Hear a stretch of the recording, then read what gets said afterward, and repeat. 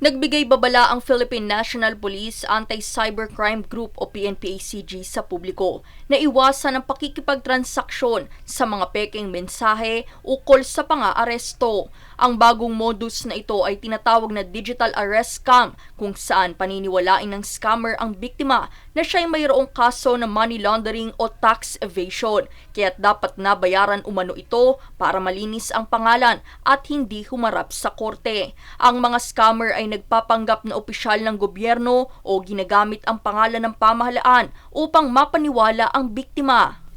Payo naman ng PNP-ACG, beripikahing mabuti ang mga natatanggap na tawag bago ito sagutin.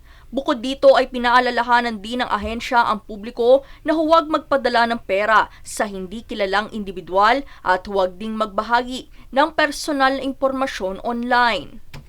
Anya, hindi isinasagawa ng mga ahensya ng gobyerno ang pang-aaresto sa digital na pamamaraan kaya't hindi dapat itong paniwalaan.